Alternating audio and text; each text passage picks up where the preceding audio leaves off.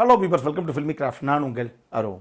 இந்த எபிசோட நம்ம பார்க்க போகிற படம் 2019 ஒரு அமெரிக்கன் ஆக்ஷன் வார் ட்ராமாவாக வெளியான தி அவுட் போஸ்ட். இப்போ இந்த படத்துடைய கதை என்ன அப்படிங்கிறத லைட்டாக இங்கே நம்ம பார்த்துடலாம். படத்துடைய கதைக்கிழமை 2006 நார்தர்ன் ஆப்கானிஸ்தானில் தான் நடக்குது. இப்போ யூஎஸ் ஆர்மிக்கு இருக்கு இல்லையா, அவங்களுக்கு நார்த்தன் ஆப்கானிஸ்தானில் கம்தேஷ் அப்படின்னு சொல்லி ஒரு ஏரியா, அங்கே ஒரு சின்ன ஆர்மி கேம்ப் இல்லை ஆர்மி பேஸ் எப்படி வேணால் வச்சுக்கலாம், அப்படி ஒரு இடம் இருக்குது. அது எதுக்காக அப்படின்னா, இந்த தாலிபான் தீவிரவாதிகள் இருக்காங்க இல்லையா, அவங்க இந்த சின்ன பசங்களுடைய கையெல்லாம் துப்பாக்கியை கொடுத்து அவங்கள ட்ரெயின் பண்ணி தீவிரவாதிகள் ஆக்குறது, இல்லை அந்த ஆயுத கடத்தலுக்கு அங்கே இருக்கக்கூடிய அப்பாவி மக்களை யூஸ் பண்ணுறது அப்படிங்கிற மாதிரி ஒரு சில வேலைகளெல்லாம் பண்ணிக்கிட்டு இருக்காங்க. எந்த நாட்டில் எந்த பிரச்சனை அப்படின்னா கூட முதல்ல மூக்கு நுழைக்கிறது அமெரிக்காவை தான் இருக்கான்.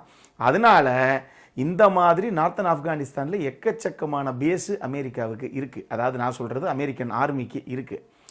அதில் இந்த கம்தேஷ் அப்படின்னு சொல்லி ஒரு முக்கியமான பேஸ் ஒன்று இருக்குது. தி மோஸ்ட் டேஞ்சரஸ் பேஸ் அப்படின்னே நீங்கள் சொல்லலாம். உள்ள அங்கே போஸ்டிங் போட்டாங்க அப்படின்னாலே அந்த சோல்ஜர்ஸ் எல்லாம் தூங்க மாட்டாங்க. ஏன்னா உசிர் எப்போ போகும் அப்படின்னே தெரியாது. இந்த தாலிபான் தீவிரவாதிகள் எப்போ பொழுது போலையோ உடனே வந்து நைட்டு பகல் அப்படின்லாம் பார்க்காம திடீர்னு ஒரு அட்டாக்கில் இறங்கிடுவாங்க. இதில் ரெண்டு பக்கமே பல உயிர்கள் இது வரைக்கும் காவ ஆகிருக்கு. அந்த மாதிரி ஒரு இடம் அது. இப்போ அந்த பேஸை எப்படி இருக்குன்னு பார்த்தீங்கன்னா, நடுவில் ஒரு ஆர்மி பேஸு சுற்றி வந்து ஹிந்து குஷ் மவுண்டன்ஸு சுற்றி. அதனால் எவன் எந்த பக்கம் இருந்து ஒளிஞ்சிருந்து தாக்குனாலும் இது வரைக்கும் அவன் தாக்குதல் கிட்டத்தட்ட தயாராகிட்டான் அப்படிங்கிறதே இங்கே இருக்கக்கூடிய ஆர்மி சோல்ஜர்ஸ் யாருக்குமே தெரியாது. அந்த மாதிரி ஒரு பகுதி, அதனுடைய ஜியோகிராஃபி அந்த மாதிரி தான் இருக்குது.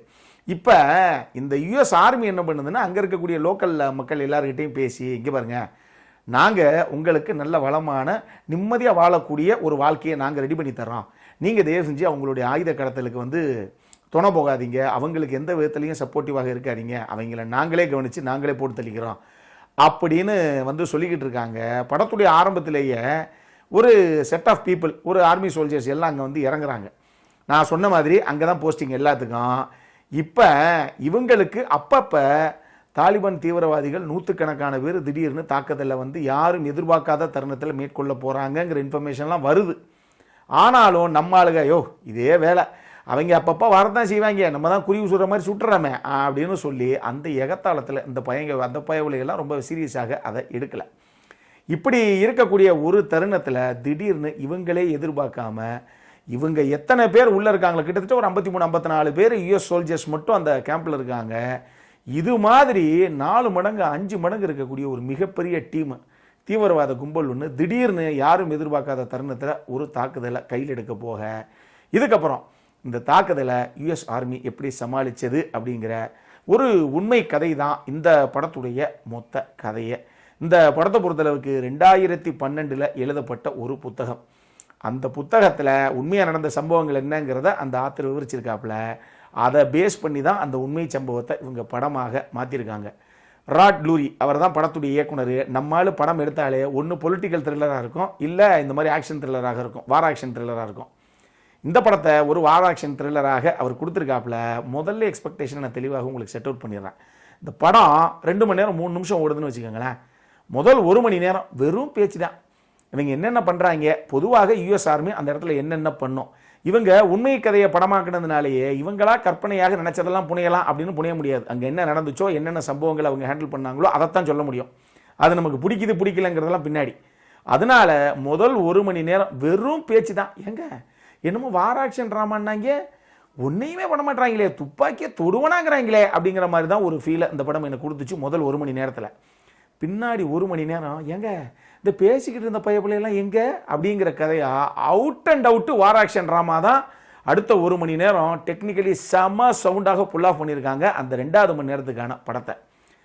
சம்டைம்ஸ் இந்த ஹாலிவுட்டுக்காரங்க என்னதான் நம்ம கம்பு கட்டி நாங்கள்லாம் எடுக்க மாட்டோமா படத்தை அப்படின்னு சொன்னால் கூட அவங்க எப்படிங்க இப்படி எடுக்கிறாங்க அப்படிங்கிற ஒரு ஆச்சரியத்தை வந்து புருவத்தை நம்மளை உயர்த்த வைக்கிறாங்க பாருங்க. இந்த படத்துலையும் அந்த சம்பவம் இருக்குது. அந்த அளவுக்கு கேமராமேன்லாம் உருண்டு புரண்டு எந்திரிச்சு ஓடி இருக்காப்புல ஒரு சோல்ஜராக ப்ளே பண்ண அந்த ஆக்டர்ஸ் பின்னாடியே. அந்த 2வது 1 மணி நேரம் இருக்குது பாருங்கள். உங்களுக்கு ஆக்ஷன் ட்ராமா, குறிப்பாக வார் ஆக்ஷன் ட்ராமாலாம் பிடிக்கும்னா நிச்சயமாக உங்களை கவரக்கூடிய ஒரு படம் தான் இது. அந்த அளவுக்கு தரமான ஒரு சம்பவத்தை இந்த டீம் பண்ணியிருக்கு.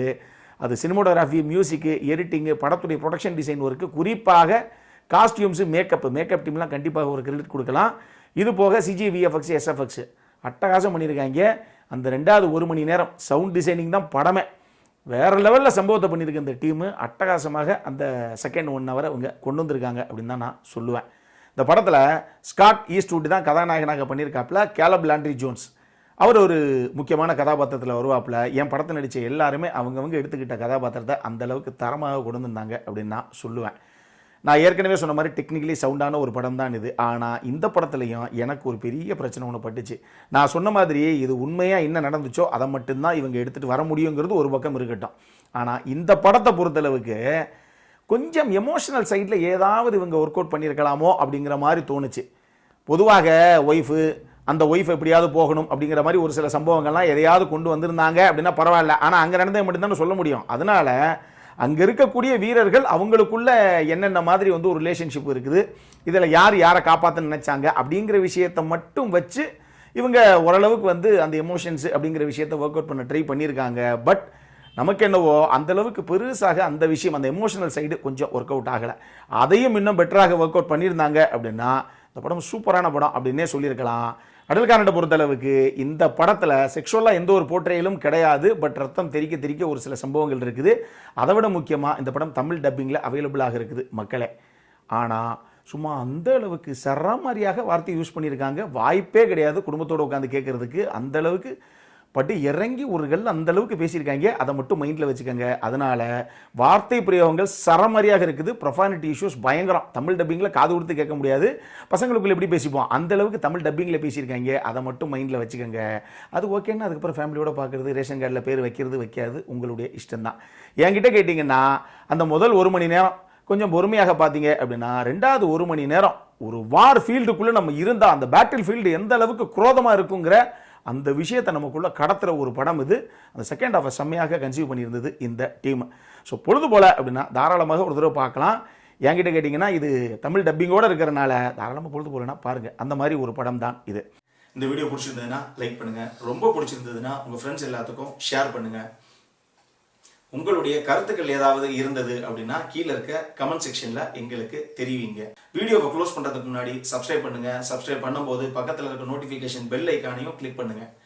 அப்பதான் எங்களுடைய வீடியோஸ் எல்லாம் உங்களை ஆன் டைம் சேரும். இதே மாதிரி இன்னொரு வீடியோவோட அடுத்த முறை உங்களை சந்திக்கிற வரைக்கும் இட்ஸ் அருண் சைனிங் ஆஃப்.